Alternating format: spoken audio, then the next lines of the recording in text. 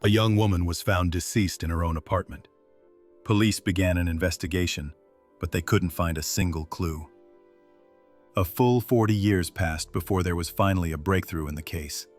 However, along with the truth, detectives uncovered new, disturbing facts.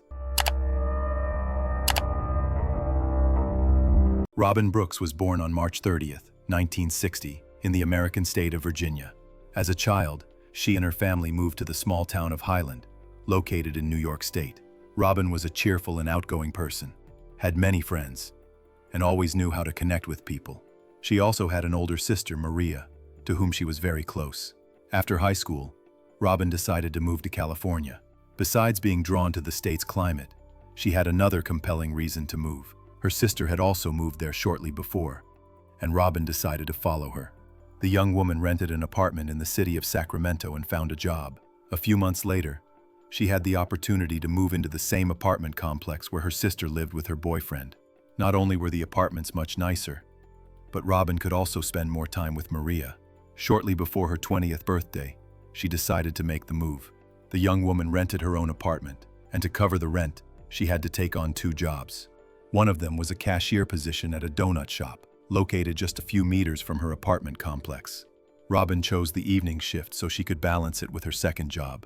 She lived in the complex for about a month and a half, and in that time, she made many friends, both at work and outside of it. She was also happy to be able to see her sister every day. On April 24th, 1980, Robin was scheduled to start her shift at the donut shop at 4 p.m. However, to her colleagues' surprise, she never showed up. This was very strange, as she had never missed a shift in her entire time working there, and usually arrived even earlier than scheduled. Her co-workers waited a few hours, and finally, one of them decided to walk over to Robin's apartment. The colleague knocked on her door, but there was only silence. After several unsuccessful attempts, he returned to the shop and reported that she wasn't answering. Her colleagues were very alarmed by this. They assumed something must have happened to Robin. Otherwise, she would have definitely called to explain why she couldn't come to work.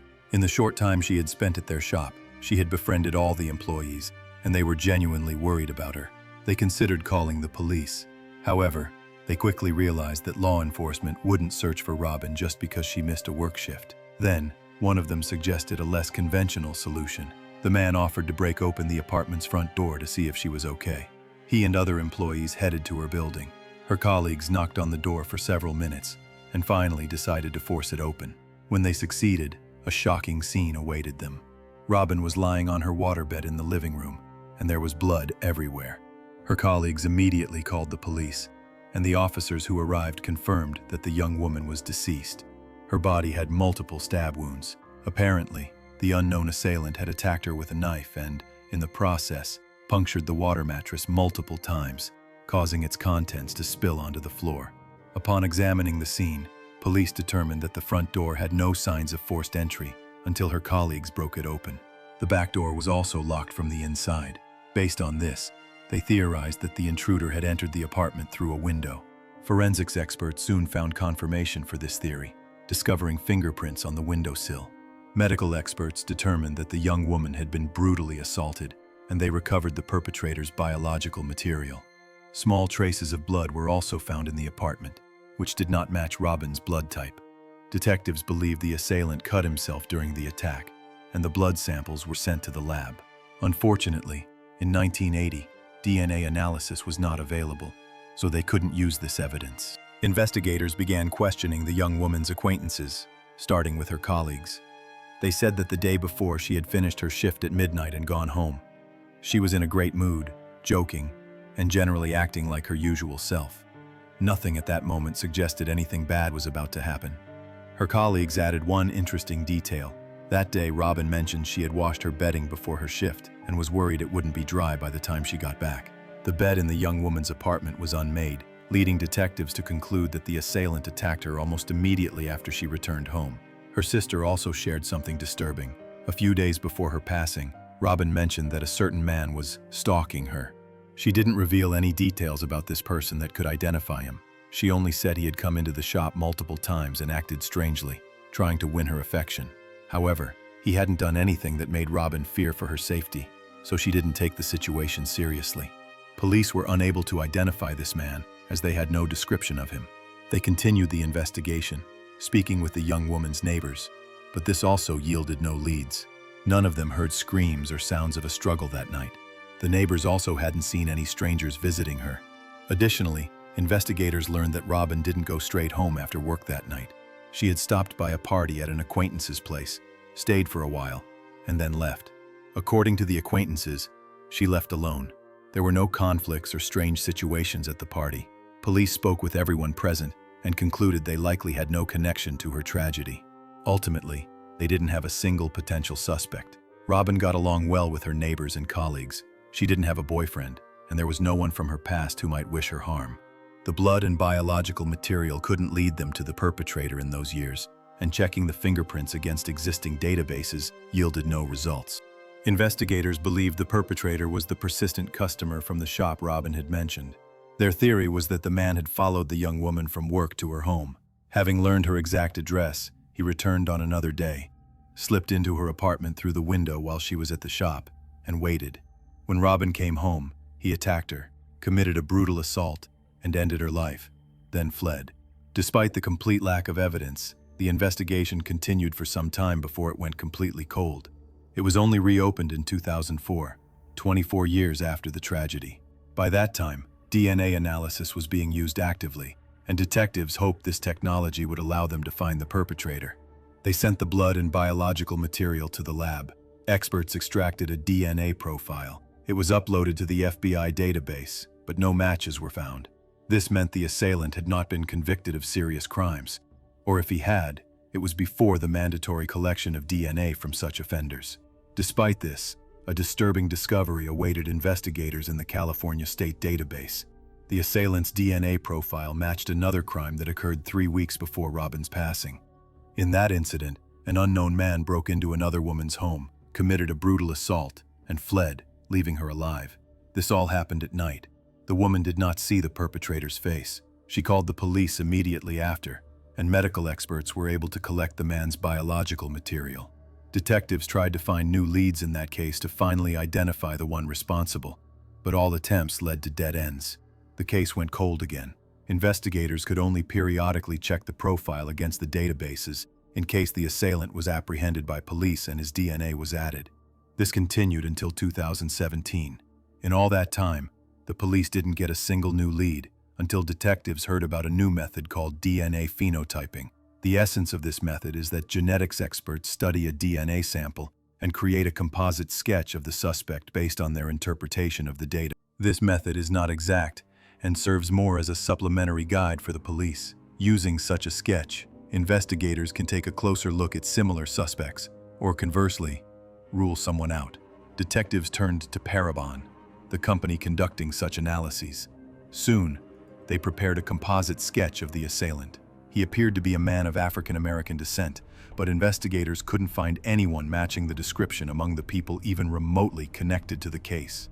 Parabon prepared 2 sketches, one showing what the suspect might have looked like in 1980, and the second in 2017. Both images were released to the media, hoping to generate new leads.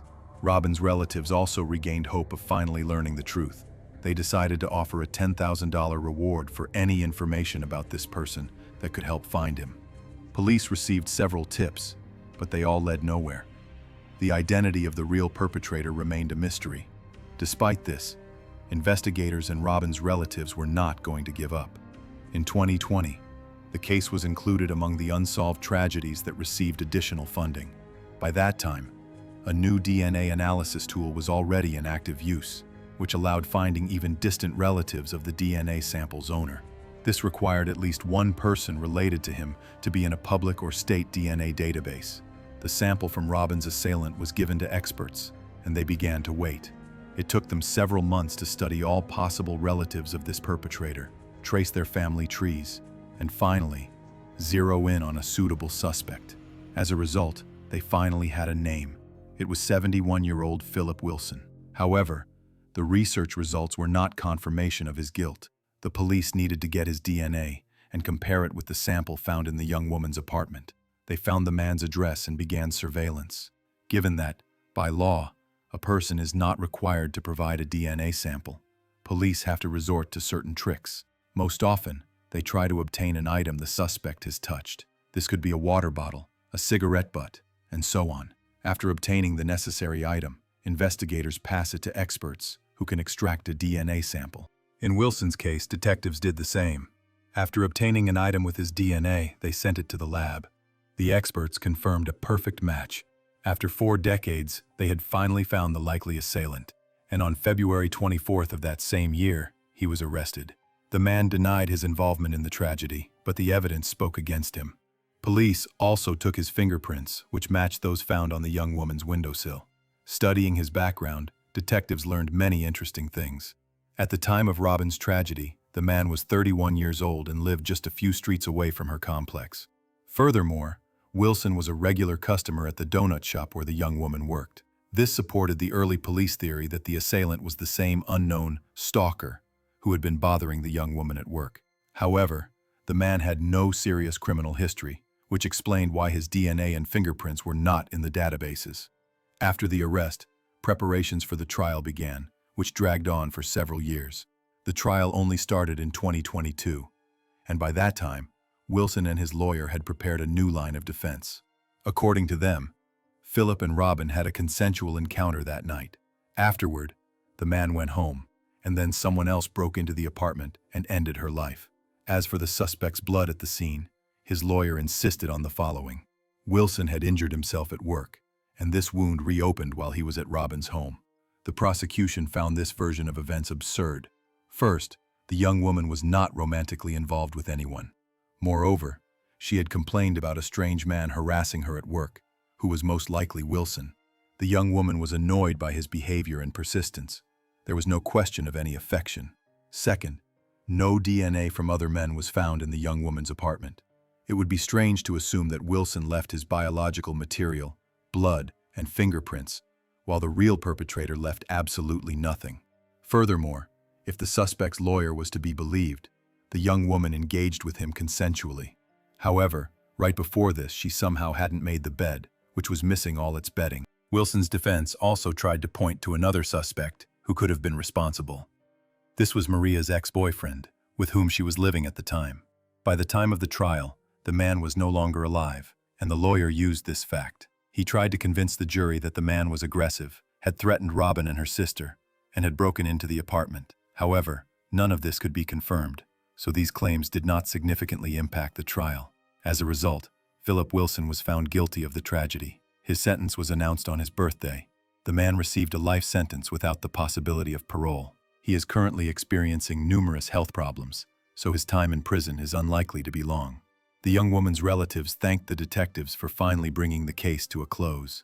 Her sister admitted that she still feels guilty, as Robin had moved to California to follow her.